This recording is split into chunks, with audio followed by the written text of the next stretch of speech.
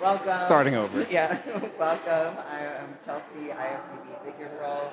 Currently 3 weeks out from competition right now, and I'm super excited to do a ham and glute session with my bestie, Kale. Please What's let up? them know who you are. All right, so I'm Kale. I'm actually a chiropractor over at Strength Culture, but I'm visiting a different gym today to help out Chelsea. We're going to do some hamstring, glute, teach you all about some different techniques that maybe you know, maybe you don't, but we're going to do it. Awesome, and we're going to get a lot of great information with Kale, and he's going to show me how to work on, especially like the hamstring roundness. That's something that I'm really needing to pull out. Of course, always wanting to build the glutes, but we're also looking for some detail right now since I am so close to the show. So he's going to give a lot of scientifically backed information, and he's great at, like, one of the things I really love about Kale is he's great at breaking things down so that anyone can understand it. Everybody's going to understand. Yeah. Leave so no man behind. I don't have a science background, and I will be able to get what he's saying. All right, let's do it. This type of machine that has the fucking screw under it is so annoying. Oh, the last time I was here, I had to have someone help me. It's so annoying. They had it way too tight. Yeah. So I was gonna say you can get in and I'll adjust it. But that's a pain in the ass. Like the screw handles are it's such a terrible design. Is that good, or you want closer or further? Okay. Yeah. That's good. That's good. I need it. I always have to be careful when adjusting the back of the seat now because my tailbone is so bony. I can't let it like come slam me. Yeah. I will literally injure myself. That's funny. No, I'm saying like when I have usually like, you know how some doors just kind of slam back behind you? I usually use my butt to stop it, so now I can't because like the tailbone. That's funny. Like the things you don't think about. Yeah, so you had mentioned turning like inward. Yeah. So if your knees are straight, then you're actually rotating at your hip right now, or you're bending your ankle in. So your knee joint doesn't rotate. So if your feet turn in, it can't be coming from here yet. But when you bend your knee, then it'll start to rotate your knee. And if you get pain with a neutral curl on the outside, and then you don't get it with internal rotation, then that suggests that there could be something going on with the IT band or the biceps femoris of the hamstring.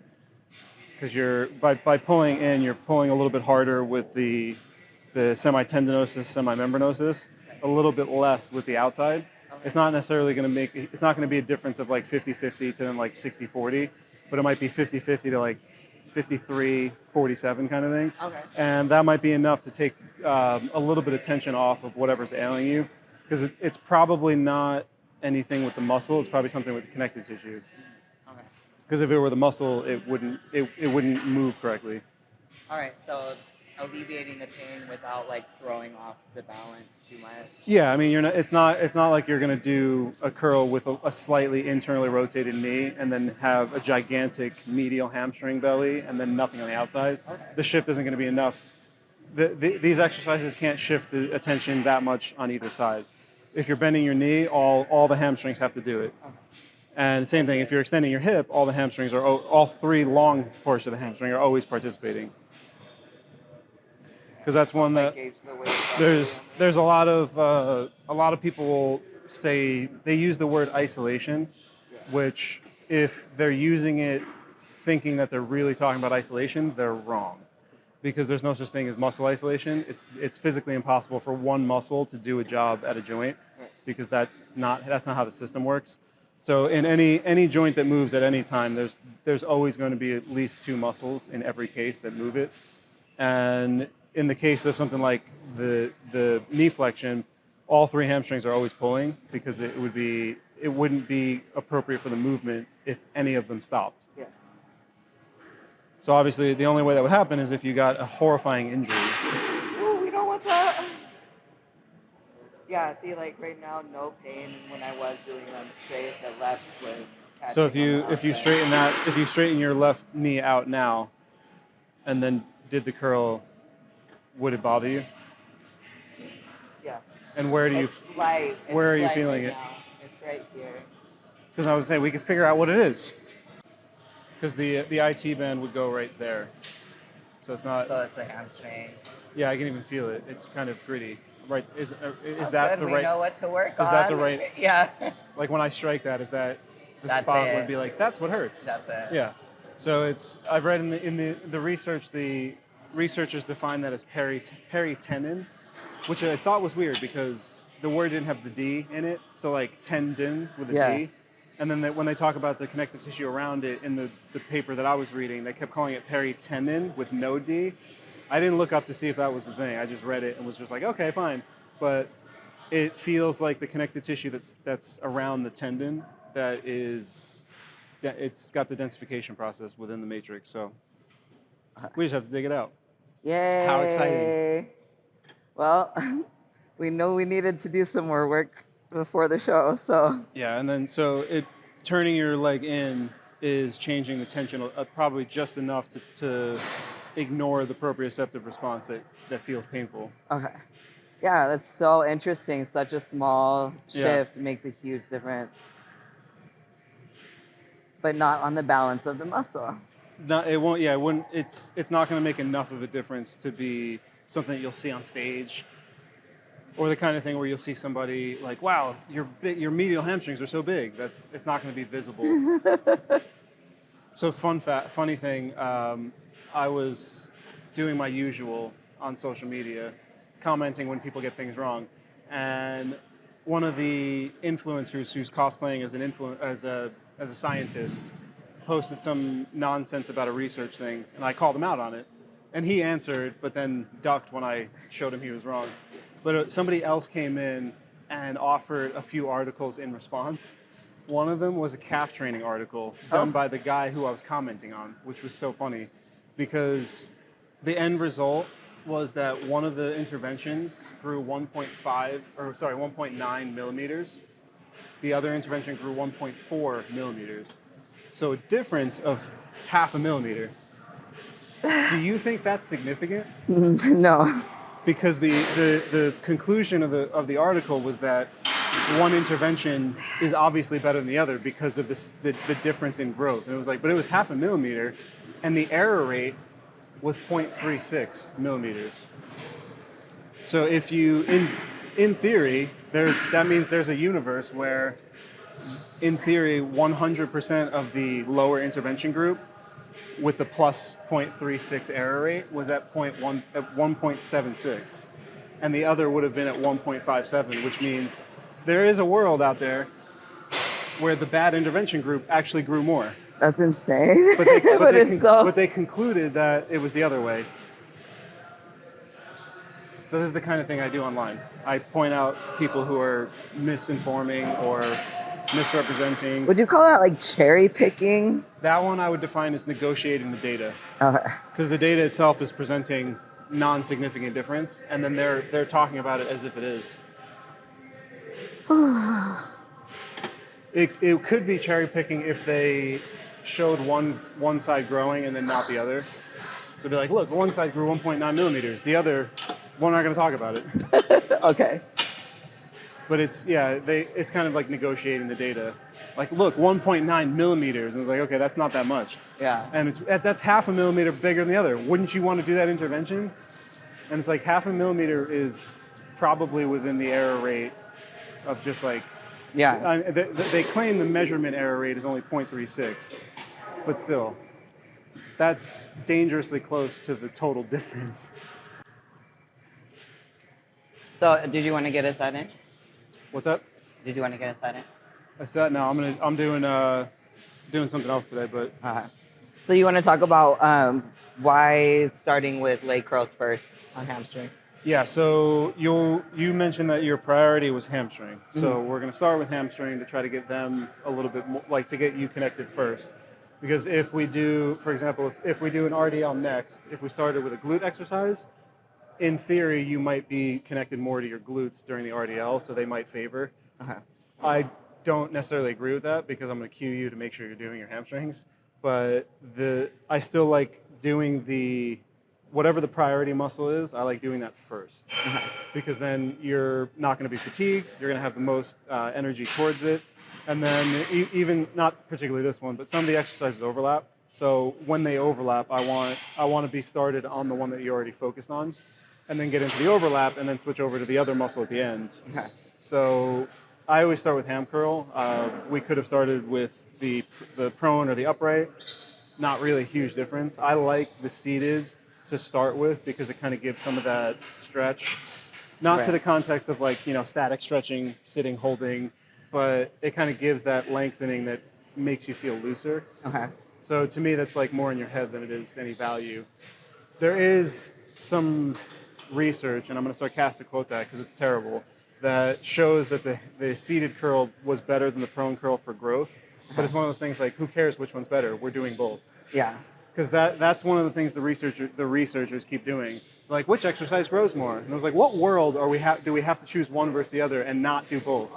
Because like, what's better, the hip thrust or the squat for the glutes? Why aren't we doing both? Who cares which one grew more? They both will grow the glutes. Let's do them both. But these researchers have to get paid somehow. So that's a fair point. yeah. So it's not really about efficiency. It's about monies. And that's the other thing too, is like, who's asking that question? Like, oh, which one of these exercises grows a little bit more? Well, it doesn't matter. You're doing them both anyway. Because that's not a question that's in the world of which single exercise is growing more than a single exercise. Because nobody does single exercise. We do routines. Yes, that would be my follow-up question is like, so are we trying to get it down to just one exercise that's what I mean, and say that that's all we need? Like, and when you read the papers, they always say like the purpose of this study was to test which exercise grew more. And it's like, okay, the purpose of the study is to test which grew more. Who's actually asking that question? Is that really something we're curious about? Like, man, I've always wondered which ham curl is going to make my hamstrings grow 1 millimeter more over a 12-week period. That is what keeps me up at night. Because we're going to do both anyway. Because if you're not doing both, then that's the error you're making in your training routine. Ooh, I like that. Not that you chose the wrong exercise, it's that you're not doing the exercise that we know work. So at this point, you probably have noticed there's not a whole lot of cueing to do on these exercises because machines don't have a whole lot of variation. Yeah. So it's not really easy to do these wrong. So there's not much for me to say on it. The best thing I could say is that leaning forward doesn't matter. Okay. It's one of those things that again, people want to put it in because they're like, oh, it's more length. And it's like, is it though? Okay, so that's the argument that it's giving more of a lengthened position. And it's an argument that doesn't track with any basic science, logical reasoning, or backed by interventional research. It's just an anecdote that people are like, I can feel it more. I was like, good. Feeling it more doesn't mean it's better. No. Because leaning over this will increase the length of the fascial plane, and you'll feel proprioceptive neuron tension. But proprioceptive tension is not muscle tension. It's not the same thing. Okay. And everybody's big on this whole muscle tension. Mechanical tension is what drives muscle growth. And it's like, great. But leaning over your hamstring curl does not necessarily mean more mechanical tension of muscle. It's just lengthening fascial planes and tensioning neurons, proprioceptive neurons, which is not necessarily valuable for the goal of growing a muscle. Yeah. It might be, but we don't have research on that. We see that a lot with some of these techniques with glutes, where it's like rotate and you'll feel it more. And it was like trunk rotation doesn't change the length of the glute. Yeah, I do see a lot of videos like that. It will feel different, but it doesn't mean it's doing different physiology to the muscle because the glute won't lengthen by rotating your spine. So is there a certain rep range you would advise for this, especially being like this is the start of the workout, we're trying to prepare for the bigger lift? For warm-ups, in just getting loose, it's kind of just exactly that. You just do lightweight, few sets just to get blood flow, get the joint moving, get everything coordinated. And then my range for exercise is, the goal is generally 8 to 12 is where I want to fit. And I'm comfortable with anything between 6 and 15. So I always look for 8 to 12. If I'm doing more than 12, I can probably go a little bit heavier. If I'm not reaching 8 with good movement pattern, then I might go a little bit lighter. But I don't discredit the set if it's 6 or 7 reps, because that's still great. And I don't discredit the set if it's 14 or 15 reps, because that's still great. But I find comfort in 8 to 12. And that's one of those things that's anecdotal. Your rep range is going to be what works for you, and the only people that are going to know what works for you are you and your coach and the people you work with. So like I've worked with Courtney recently in YouTube videos, and same thing. I wasn't here to dictate her rep range, because like you have a coach and you know how you train. I'm here to give nuanced technique, not to give dictation on training status. You know what I mean? Yeah, I think things like that really depend on where, like for me, like where I'm at in my program. Am I doing, like, am I in a growth phase where, which really, that wouldn't necessarily apply to something like a leg curl. I don't do like a top set on a leg curl and a back off set, but if I'm in a growth phase, I might be keeping things a little bit heavier, or save like 1 or 2 sets where I'm going a little heavier, maybe do a rest pause to increase the weight. Right. Whereas right now I am working a little bit more for detail. I do want to still challenge the muscle. I want to get blood in the muscle, but I'm also wanting to condition. What did you think? Because you did like probably 20 or more reps on both of those last sets. Yeah, like that. I'm feeling a lot of blood. So I'm feeling like I'm getting into the muscle now. It's definitely, you can see I'm slowing down and getting fatigued. Yeah. So I was gonna say, is that something? Are you in preference of a high rep range for growth, or do you feel more comfortable in that mid range of like 8 to 12? Do you feel like heavy and I prefer mid-range, something like this. So we can maybe raise a little bit and aim for like 10 or 12? Yeah. Perfect. Yeah, just definitely, I go a little bit lighter when I'm hitting like my usually first 2 sets. But mostly wanting to like get connected, especially since my hamstrings are an area where I've been struggling with, which you'll see more as we do some more movements. Because if something's not moving right, we're going to find out why. I was like, this is exactly why people hire me for training. Because that question's come up a couple times on the treatment table. Like, do you do training too? I'm like, I do, but I don't train like routine style. I was like, I'm the one they bring in. Like, you have your own trainer, your own routine, and then you bring me in because you either want to learn something new or something's not quite right, and you need to be able to figure it out. Well, that is me right now with these hamstrings. Oh my gosh, just one pin up and it feels so much heavier.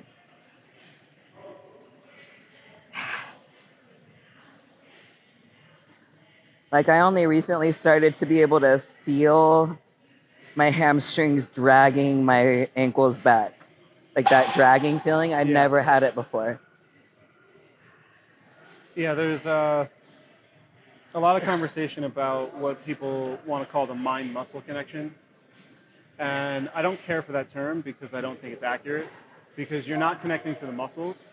Because, for example, I would challenge somebody who's saying that, okay, fire the semitendinosus without the semimembranosus. It's like, well, you can't. You got it. Yeah. And it's like, the answer is you can't. And then they might try to say, well, that's not what I was saying. I'm saying like hamstring versus something like the glute during an RDL or something. So you can't do that either. You don't get to choose which muscle's firing and when it's firing. Your choices are movement intention, which is generalized around a joint. So it's like you're choosing to flex your knees. You're not choosing to fire your hamstring. It's what's happening when you're telling your knee joint to flex. Get it? That's another thing. So I don't know other people who might be paying attention to this. In the spotting that I'm doing right now, I'm not saying you got it. I'm making it move at the rep pace that you established at the beginning. So if I have to take off 2 pounds, we take off 2. If I have to take off 10 pounds, I'm taking off 10. But I'm making your rep cadence as close to as what it was as possible. If we were strength training, I would hold back and say, you got it, and just tap it. But since we're bodybuilding... Starting to go into my back here. Yeah. Since we're bodybuilding, I want you to get full contraction, full range, and not get stronger at any portion of it. Just keep doing the whole thing. And that's actually the bottom part, or top part, but bottom part on this machine is where I struggle the most. Yeah, so, and this is something that I'm sure somebody would want to debate me on, but in bodybuilding, it's not about, you got it. It's about keeping it moving. Okay. You want to finish the reps. Like getting caught on a bench press and like, you got it. That's great for strength training, It's not necessarily the best for bodybuilding. Okay. So I always look at it like if you're spotting somebody who's trying to build muscle and is not worried about their strength, then your job as the spotter is to keep their rep cadence what it was when they started. So can you talk a little bit about what the difference is there? Like what's happening when you're in that like failure and just like trying to get it out versus like as you're saying for bodybuilding, keeping it going and getting that full contraction? Yeah, the failure point of like the sticking point would would effectively be an isometric contraction. Okay. So, and obviously you end up getting it moving, but for that moment it's isometric. And generally speaking, in comparison between concentric eccentric reps and isometric, the concentric eccentric rep range builds muscle better than an isometric hold. And granted, it's only a short period where you stop and then you get through it, but it's not the type of mechanical tension that we want. We want that lengthening, shortening, and you want the muscle to actually contract. You want the myofibrils to squeeze each other, and then you want them to open up. And I think it's great to build strength because you're doing that. You're pushing against something that you're maxing out at that point, but strength isn't the most important detail in bodybuilding. So that and like there's like we can get into the weeds of like the biochemical equationing, but at the end of the day, most people don't understand it, and even the people who talk about it and pretend to understand it usually don't. Well, that brings me to like the time under tension. So like it's not just like a blanket statement, time under tension. That needs to mean something more specific when you're talking about the benefits of bodybuilding, correct? Right, because time under tension it's a bodybuilding phrase. It's not a scientific type of conversation. Because ultimately the science portion of it is the actual tension that's going through the muscle and the connective tissue, the stimulation of the proprioceptive neurons to trigger motor reflex loops, but the biochemistry of it is like the glycolysis, and the end product is lactate and stuff like that.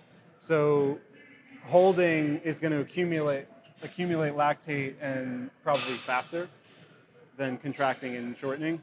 Okay. So like for example, if you ever do like a hip abduction with one leg, and which leg burns more? Yeah. Not the one you're using. Yeah, the one that's standing. Holding. So isometric is going to generate that burning sensation way faster. Okay. Which to me, I don't have any confirmation of this, so I'm theorizing.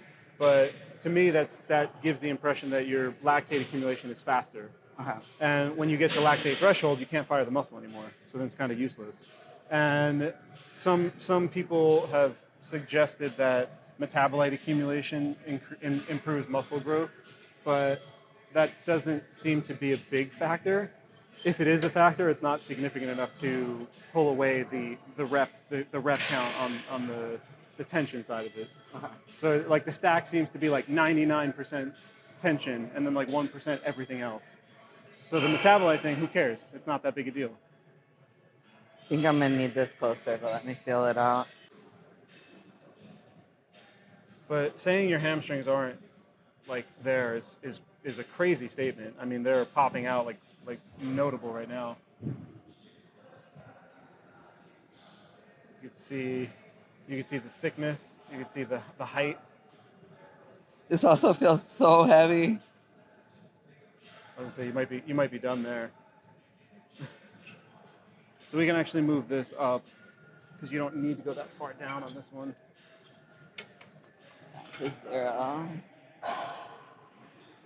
Yeah, I mean, it's almost as light as it can go, too, and that feels heavy. But yeah, it's just like they stop. And it's the same when I do a kneeling. So if just here, how far can you bring your heel to your butt?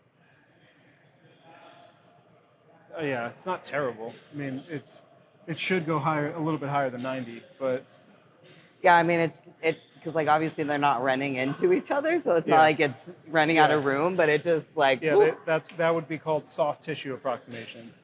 That's the thing where if you have too much and you bend too far, you open your knee. And you squat too deep, you'll tear your knee apart. Yeah. Sounds so terrible. Somebody like me who's not that big, I can squat on my leg like that, and my knee won't separate. But if you have gigantic calves and gigantic hamstrings, and there's basically a ball there, squeezing my hip down into my heel will essentially separate my knee.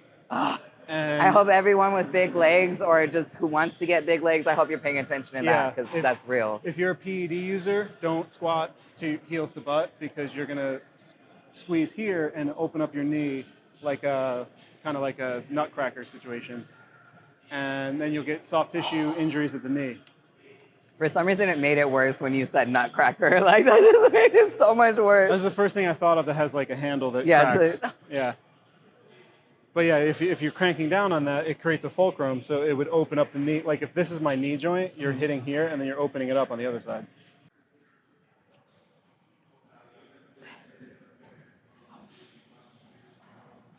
Yeah, and the big thing is always here. So the most common error on this machine that I've seen, I don't have any detail beyond my own anecdote, but what I've seen at gyms that I've been at, so many people pop their hips up. Okay. And when you pop your hips up, you can shorten the angle of your knee without actually doing any work, right? So if you pop your hips up and your knee was in its same, and your ankles were on the pad but hadn't moved it yet, then you've shortened the knee angle, but you haven't done any hamstring work yet. Oh God. I'll show you in a second what I mean by that. I let that one drop on you. We're gassed. Yeah. Yeah, so basically, you're wasting your time if you're doing that. Yeah.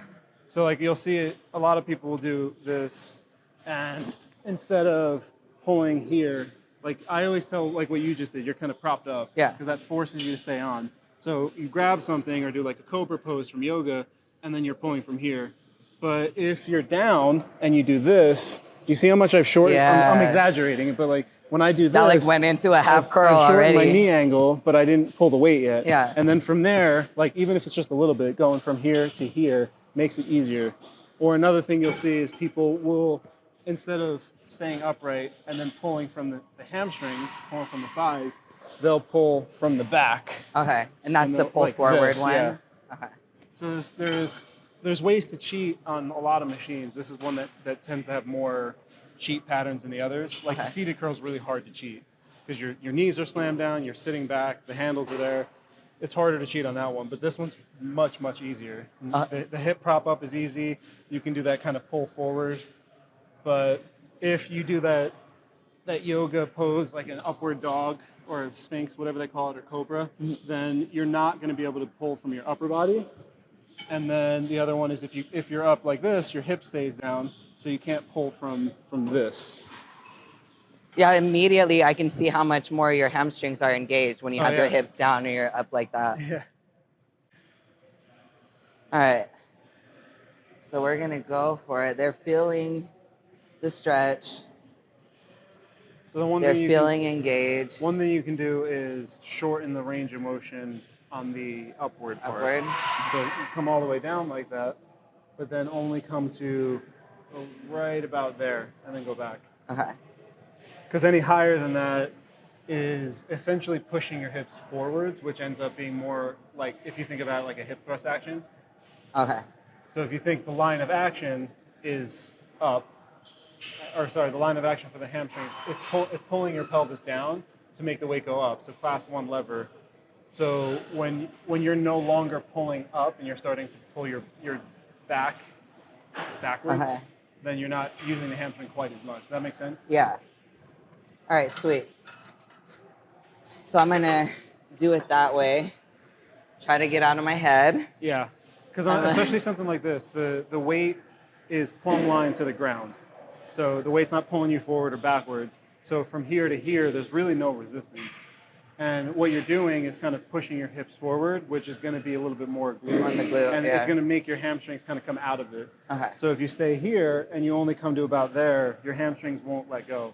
All right. Because that was one thing I said too. Like, I will always argue that everybody agrees that like a stiff leg deadlift is hamstring. But so many people want to comment that if you do with a little bit of bend in your knee and they do it this way, calling it an RDL, now it's glute. And it's like, it's still hamstring. The only way the hamstring is not working is if your knee is extending while your hip is extending. Okay. So if your knee, even if I'm here and doing this, my hamstrings are still doing that. Okay, that's funny because I see a lot of people doing like the kneeling Yeah. good mornings on the Smith machine for glute. Yeah, so if I went over on the Nordic curl and prop my feet under it, so I could kind of do it right here, just real quick, just to stabilize me a little bit. If I'm doing this action, this is still hamstring. Yeah. It's a much shorter range of the hamstring, but it's not an ineffective range. I think some people get caught up on this idea that if the muscle's in a shorter starting position, it won't work. Like if I'm doing a preacher curl, like, oh, preacher curl's all brachialis. It's like, no, it's not. It's both. It's always both. That's If so your elbow is interesting. flexing, it's always both. Yeah. And at least if your elbow is flexing against the resistance, because that's another one we could talk about. When you're doing like rowing, like especially a low row, that's not a biceps exercise. Right. Because the cable is keeping your forearm straight. Your bicep is not. So like your lat is pulling your humerus backwards, and the cable is pulling your forearm forwards. That discrepancy between the two is what keeps your elbow in its position. Mm-hmm. So the elbow looking like it's changing its angle, it is changing angle, but it's not because the bicep is curling it. The bicep's not driving. Because the weight is pulling away from you, and your lat is pulling back. The gap between the middle is just getting manipulated by those two altering resistances. So people are like, yeah, back stuff, unless you're pulling your row, like your dumbbell row like this, it's not bicep. If you pull it like this, and your forearm hangs down to the floor, your bicep didn't do any work. Which some people do. So if that's the case, then check in with that, and like that lets you know where to make an adjustment. Yeah. Let's see how this feels. I'm curious. It's not bad.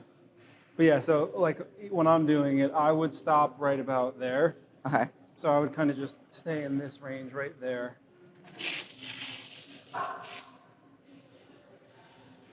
And because like range of motion is important, but understanding the effective range of motion is more important. Yes, yes.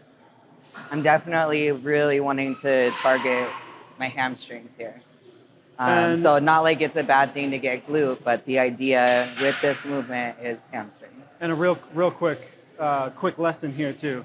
So I'll show you again. If I'm doing the RDL or stiff leg deadlift, I'm getting really good tension on deep length, right? And then I'm getting really good tension to about here. Mm-hmm. So you can assume from here to here is kind of a limited resistance profile for the hamstring. Yeah. But that's why we would normally, if we had it, do the reverse hyper.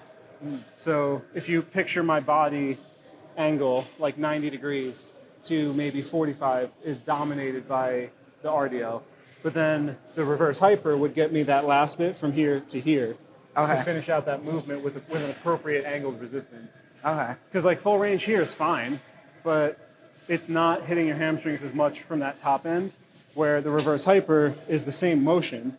Now it's open chain, but you're getting the terminal portion of the hip extension, which is way more effective on an RDL than it would, on a reverse hyper than it would be on this one. Okay, so add reverse hypers into your hamstring routine to be able to get that portion.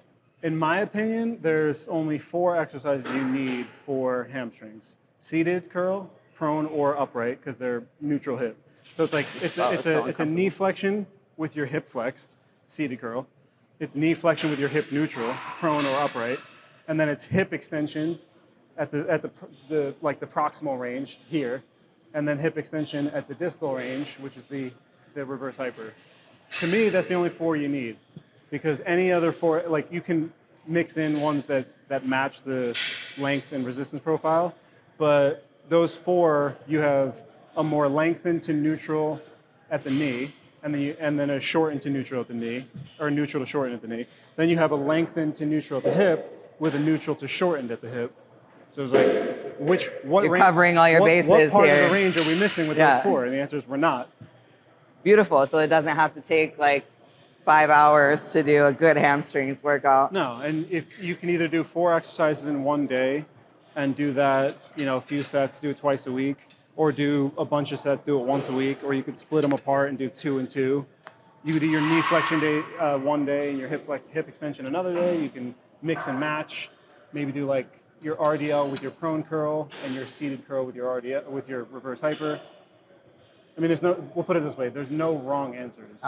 Like I like the mix and match. The only thing I don't like, what I don't agree is when you start doubling and tripling or more of the same movement pattern, and I'll explain that in a second. Because I want to focus on what you're doing now.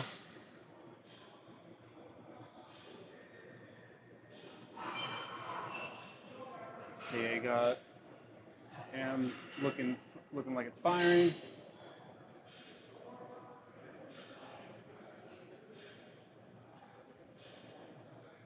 So are you noticing anything abnormal? Because it looks like the hamstrings are really, really pulling hard. Yeah, I'm like feeling I'm trying to stay in that range. Yeah.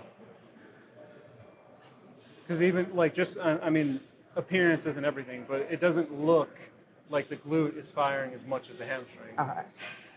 Because especially here, the glute's starting to get soft where the hamstring stays really tight. Yeah, that would be more like what I'm wanting to look out for. Yeah.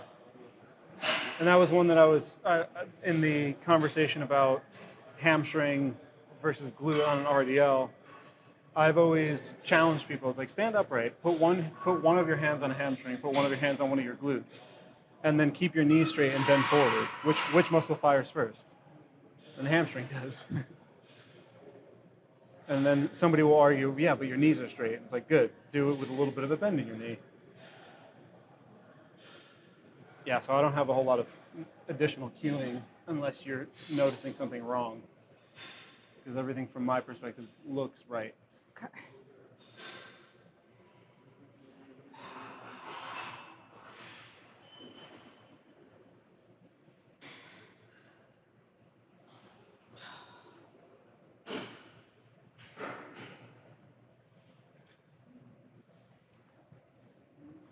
So it looks like you're starting to bend your knees more, which would give me the impression you're getting fatigued. Yeah. Which is good. Yeah. But I was gonna say there's two options. Either we're done, or I'm gonna spot you. Yeah, it's starting to go into my back a little bit. Because one perspective I have too is the difference between something that people would call like momentary failure or mechanical failure versus like absolute failure, or sorry, the idea of like form breaking down versus not being able to contract the muscle. My opinion is if your normal movement pattern is altered, your set is done. Yeah. Because why would you train with bad movement patterns? Like if the bench press looks like this, then why would you do it like, bending? Because then now you're not targeting the goal anymore. So is oftentimes like I'm training by myself, right? So, I do my best to utilize mirrors and stuff. If I'm filming, great, but sometimes I'm not, right? So I can't see myself, but I can feel like I said, it's starting to shift into my back a little bit. Is that like in that case, is that your sign? Like I'm feeling it in a different muscle group more. Yeah, because I would look at it like if you're starting to pull, for example, on this, you're starting to bend your knees and press. Now it's not hamstrings anymore; it's glute and quad. Okay. But the goal was hamstring, so now you're training a different muscle. You're training different muscle groups. Another one would be like your biceps curls, and you start like really, and it's like, okay, well now you're not training your biceps anymore. The whole body weight. Your movement patterns are still under tension, but you're not targeting your target muscle anymore. I would rather do it where you can't do it anymore, and you physically fail, and you don't cheat it, and then just do another set. Yeah. So it's like, but I want to reach that maximum failure. It was like, but you did. Can that muscle bend your elbow anymore? No. Then you're done. If you have to use your lower back to make your elbow bend, then you didn't use your bicep anyway. And I would just say getting quality reps with good movement, even like higher volume with quality reps, good movement, is better than hitting that absolute failure with some weird movement pattern. It sounds like not only for the benefit of the muscle that you're targeting, but also to avoid risk of injury. Yeah, safety is always there. But like, because I just don't understand the idea of like, pushing that weird bend in your bench press, or like your shoulder, people's shoulder press, and it's like, it's like at that point, half off. Yeah, you're already done. Like it's clearly not working. Just put the weights down, rest a minute, and then do it again. Then you have good movement patterns with the same weight. But people chase failure in that high intensity stuff, and I don't think it's necessary.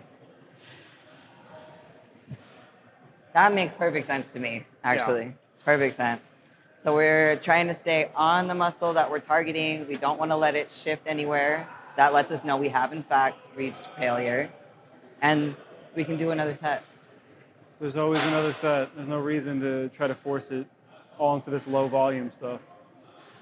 There's been a lot of conversation on social media about volume because research is saying high volume is now the king. And it was like, good. Mike Menser disagrees with that. So it's like, we're never going to get a good answer because one of the best bodybuilders in history was this one set thing. Yeah. And now, but all the research, and it was like, right, but the research, for example, shows 1.9 millimeters versus 1.4. Really? Come on. It's not that big a deal. But my whole thing is it does, at the end of the day, most of that research is horrible in quality. It can't speak on even what it claims to speak on. So even in that context, I don't care about the research for volume. I don't care about the research for intensity. It's anecdotal. The anecdote is the best evidence for what works for you, because what works for you, we don't. The research on 26 different subjects, first of all, that's not enough people to make any determination about anything. Most of that research is on untrained people, which we are not. And if they're untrained, they're also not on PEDs. So now they're missing everything. That research is useless for professional bodybuilders. So in that context, I don't care about that research. I care about anecdotally. Because if you go to the gym and you're like, I think 10 reps works better for me. And they're like, no, the research says 20. And you're like, well, 20 reps sucks. I don't want to do that. Your attitude is probably a worse detriment than the difference between 10 and 20 reps. Because if the 20 rep is better by 1 millimeter, your negative attitude might be worse by 1 centimeter. That's a really good point. And now you've traded it off. Because at the end of the day, your consistency, your intensity is based on your mentality. And if you're like, I don't want to do 20 reps, that's exhausting, then don't do 20 reps. Do what feels right, because you are the project. Your anecdote matters way more than any bogus research on untrained subjects from some master's degree project at some college. That's huge. Like, not only about making sure that you are like analyzing the research, because as Kale was just explaining, like, it might not apply. It oftentimes does not apply to you, but also being willing, like, yes, be willing to be coached. I'm no expert in this. I'm ready to learn. I'm ready to be coached. And I'm also going to go off the feedback that my body gives me and that I've learned over the years from being in my body and training in my body, because that does hold a lot of value for me.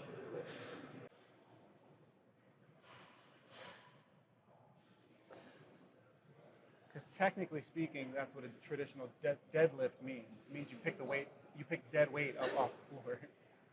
So if you never put it down, technically speaking, it's not a deadlift. You see the shake, it's happening. Yeah, we were going into the back a little bit, but I definitely did feel a lot more hamstring just from keeping it straight.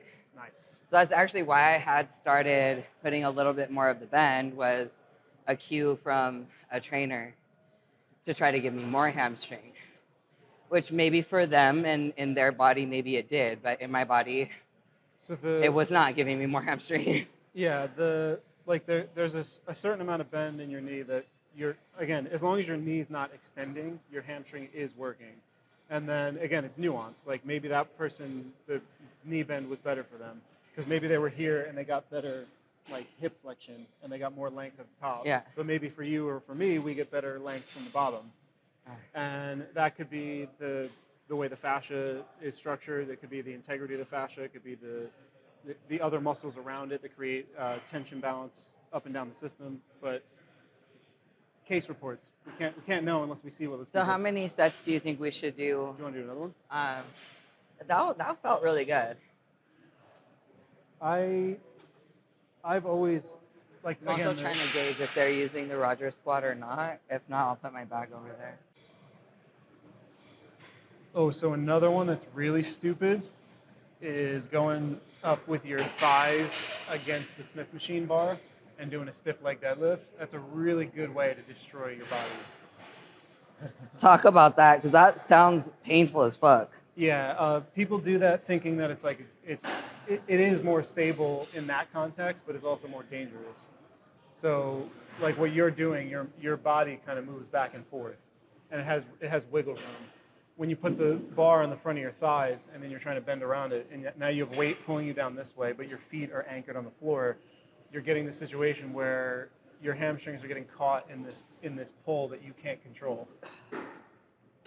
If I don't know 100%, but I think that's what set up Nick Walker for tearing his hamstring. Shit.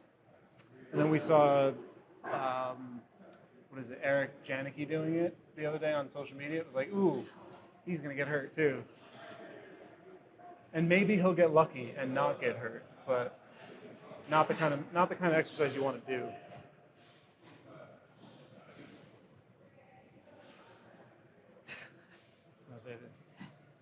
Getting the shake again. Yeah. Yeah, we're gonna do it. Keep it clean. Yep. So, would that be the same on like the hyperextension stand? Because I've also seen people doing that, like bringing the hyperextension stand up next to a Smith machine. I'm not sure what you mean. So it's not like, so they're at an angle leaning on it versus being like right up next to the bar. Yeah, I mean like if I mean we don't have a bar over here, but like I guess right here, I'll do it right here. If this is the bar and you're like stepped under it and then leaning over, that's gonna tear apart your hamstring. If you're saying like more like this. Yeah, so they're at an angle. Yeah, that wouldn't be. And they're bringing it to the Smith machine to hold the Smith machine for weight, not to like be on it. Oh, like the hyper extension is just where they're supporting themselves. Got it. Yeah, so they call that the Roman chair. So yeah, so that's perfectly safe. Okay. Yeah, it's the idea of getting, if your foot is like almost directly under the bar and then you're leaning over it with weight, that's a great. So it's just the incorrect angle. Is that why? Yeah, because you're locked in underneath it, and then the bar is preventing your body from shifting forward. Okay. So like in here, if I have weight here and I lean and it gets too much length, I can lean forward and take some of the slack off. But if I get here and it's too far and the weight's holding me and I can't counterbalance it, I'm locked. You're locked in from your foot. You're locked in from here, and then the weight's pulling you forward. And the only way you'd be able to prevent that is by letting go of the weight.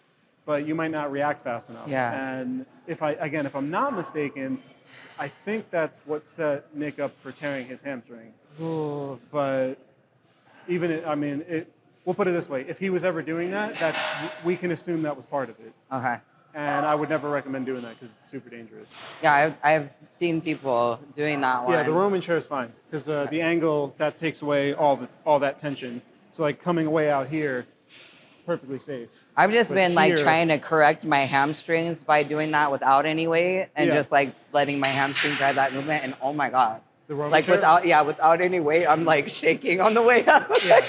Roman chair is great. That's another one that a lot of people are like, do the 45-degree. They call it I think they call it a 45-degree hyper. I think that's the phrase everybody uses. Yeah, they have. I don't know what they're called, but I know they have machines that create that shape. Because every time I hear 45-degree hyper, I was like, it's just hip extension on the Roman chair. Like I don't know. That's the other thing. I think they call it hip extension machines, actually. Because the other thing is, it seems that people don't understand the word hyperextension. So hyperextension means more than extension. So like my elbow extends to here. If it went further than that, it would be hyperextension. My knee goes to here. If it went further than that, it's hyperextension. Neutral hip goes to here. If you went further than that, that's hip hyperextension. So the reverse hyper machine, you're starting from flexion and you're doing normal extension to neutral. You're not hyperextending anything. I think people use the Roman chair for lower back hyperextension though. But and that'll work. So if you're talking about lumbar, you can get neutral, and then if you go further, you can call that hyperextension.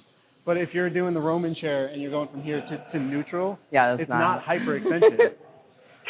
So glute-focused pressing of any kind, squatting, pressing, lunging, doesn't matter. There's a set of rules that can make it more glute than quad in every situation. So I think most people are familiar with the foot placement on pressing. So like if you're lunging or pressing with more of a hip angle than a knee angle, you'll get more glute. I think that cue is pretty common. I think most people are familiar with that. But on pressing actions, another cue that I was teaching Courtney the last two videos we did was instead of squatting just straight up and down and not thinking about your knees going in and out. Try to think like you're trying to pull the earth apart, like you're trying to scrape your feet apart from each other. So it's not immediately I'm feeling it's not rotating your knees, it's abducting your hips. So as soon as you do that, one, you should see the whole system kind of lock out. And when you do that, you should feel it in the gluteus medius, which is right here. Immediately. And TFL will fire too. So TFL and glute med will fire right at the top of the hip. So if you set up by pushing out and then maintain like you're trying to rip the earth apart at your feet, specifically at your feet, and then squat, you're going to be dominating your glute more so than any other way. So even with a body weight, try it. You'll feel the difference. But you might squat on the other side. I'm like, let me move away from this machine here. So try to separate the earth between your feet and then squat into that. And you don't even have to think about the movement pattern of hip and knee. You're going to feel it. It's going to be different. Yeah, I feel definitely a lot more in my glute med, like as soon as I start doing that. Yeah. And so what we're doing, we can collectively call the tension pattern lateral motion. Okay. So it's the same pattern that you would do abduction. So creating tension against the entire lateral motion plane line, particularly through the IT band. The IT band is where the glute max anchors. Okay. So if the IT band is pulled really tight, its force transmission is way more efficient. So if the IT band is loose, then when the glute contracts, it's really just going to roll your fascia around your thigh. Okay. So the two things that make, or not, there's more than two, but two of the biggest reasons that the IT band becomes rigid is the TFL, tensor fascia lata. It's in the name. It tells you what it's doing. Pulls tension on the IT band, and then the quad engaging pushes out and makes it rigid around the quad. So pressing is going to be more beneficial for the glute because it anchors the IT band. But then if you can add a little bit more by that separation, anything that makes the IT band more rigid makes the glute max force transmission more efficient. Okay, cool. And that is one of the areas that I've been a little, as I lean out, it seems like I don't have that much concern, really, but like figuring out that I have this anterior pelvic tilt is something that made me concerned about the glute max. Yeah, and then the final cue is the lats and the obliques. So lats and obliques have direct connections to the glutes. So not every situation the lats can be part of it, but this is one that can. So you grab the handles and you want to pull down like you're trying to rip through it to make the lat engage. For the obliques, you're not going to be rotating, but you want to basically like squeeze your core. Okay. Because again, if the obliques and the lats are anchored, then the top end of the glute has a rigid bar to pull from, and then if the IT band has a rigid bar on the bottom. So then both ends of it have something rigid to pull against, and its force transmission is better. Where if either end is looser, it's going to pull slack out before it pulls movement. Does that make sense? Yeah. So creating more of like an anchor. The collective we define as proximal stability. It's not always proximal, but it's just the phrase we use. Yeah. So the idea is if a muscle is pulling on a bone, that bone has to be rigid and non-mobile, or else it can't generate or transmit force. Let's see here. I know the last time I used this, I had to put my hands like right here instead. Can I still push down? Yeah, as long as you're pushing down, because you want to make the lat engage and tighten to pull the fascia of the glute upward. And does it matter if I turn my feet out or keep them straight? I normally stay more straight. The foot placement is going to be more comfort than anything. Okay. Because again, if you want thigh musculature, we could talk about foot placement. But in glutes, rotating your hip isn't going to change much. So we got from the ground up, it's separate the earth.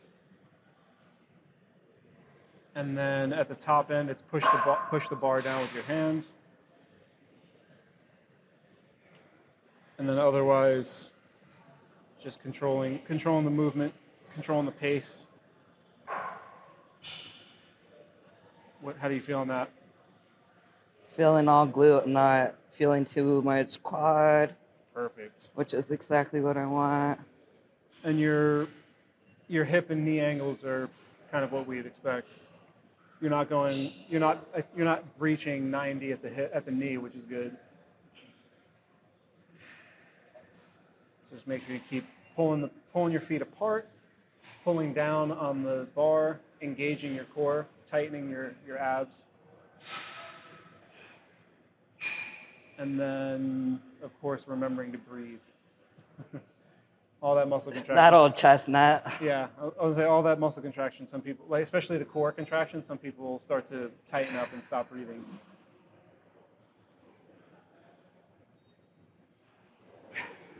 And then we'll make one more comment about the breath when you finish the set, because it's a fun fact that's very important.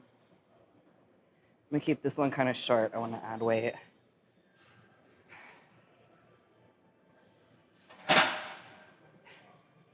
So that probably wasn't too intense, but generally speaking, your pressing actions are the ones that give you the most like winded at the end. So when you're out of breath, you're not actually out of breath. You've accumulated too much carbon dioxide. So to cure that sensation of being out of breath, it's not about getting air in, it's about getting more air out. Okay. So I always tell people when they finish, don't concentrate on breathing in. Let your autonomic system breathe in for you, and then forcefully exhale all the way, almost like you're trying to blow out birthday candles. I was gonna ask, does it matter if you're like going like pursing your lips a little bit? I don't know if you've ever had gone to like an allergist or something where they test your lung capacity. One of the things they do is they give you this little tube, and you have to breathe into it because they're testing your different variables of your lungs. One of them you breathe into it, and it's forceful, full exhale. And it's called forced expiratory volume. And the ultimate goal is to push all the air out of your lungs to absolute what you're capable of doing. But to cue you, they have a little digital screen, and when you blow into it, there's a line of candles, and you have to keep going until all of them I like off. that. Yeah. So I always tell people, like, do that. Blow out the birthday candles. Like, get the air out of you. So it's, and then let it breathe in. You don't suck it in. Let it breathe in. Let yourself breathe in. Force it out. Yeah. And, naturally breathe it in. Yeah, allow breathing in to happen naturally, and then force it. Okay. And if you do that 10 times, you won't be out of breath anymore. That's a dope hack. And another different, it's less about breath, but still fun. If you ever stand up, especially from like a leg press or like a lunge, if you stand up and you feel lightheaded and you're like, oh my God, I'm gonna collapse. Yeah. Pump your calves to get the blood back to your heart, so the heart can pump back to your brain, so you can get oxygen to your brain, so you don't fall down. That happens to me a lot more, like on a leg press or like. Leg press, it's most common. That one's called orthostatic hypotension. Okay. The idea is that like if you think about if you're here, then your blood is also here. And if you stand up really quickly, you actually like stood up out of your blood. That's so wild. It's kind of the phrase they use, but that's really what's happening is you're jumping kind of too fast. So the fluid stayed where it was and you kind of got out of it. So then there's not as much oxygen in your brain, which makes you feel lightheaded. And so to correct that, you just pump your calves to get the blood back up. That's really dope. Yeah. Fun facts. So no need to feel lightheaded in the gym. Nope. You got this. Pump your calves and breathe out. Secrets. Secrets. Gym hacks. All right, so we're going at this with a little more weight. Yep. So big cues, separate the earth, pull the handle down, tighten your abs, and keep breathing. Keep breathing.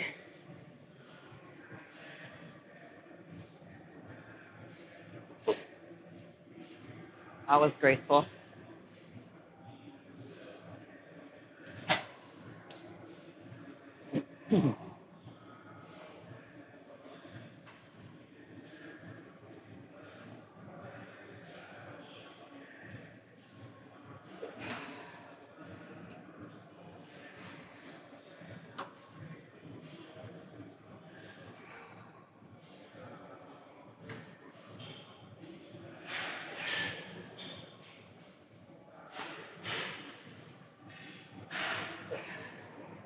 Everything looks good. Does everything feel good? Yeah.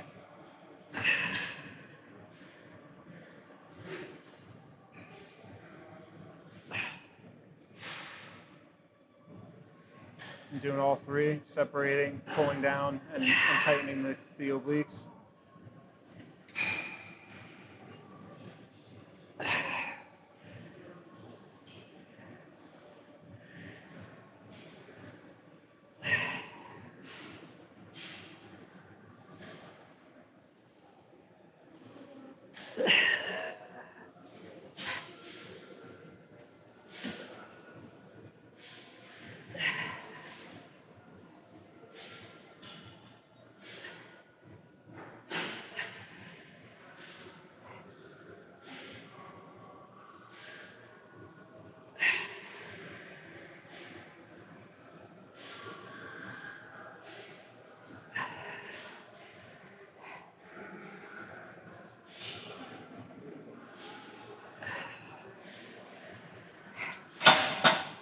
July 10th through 12th.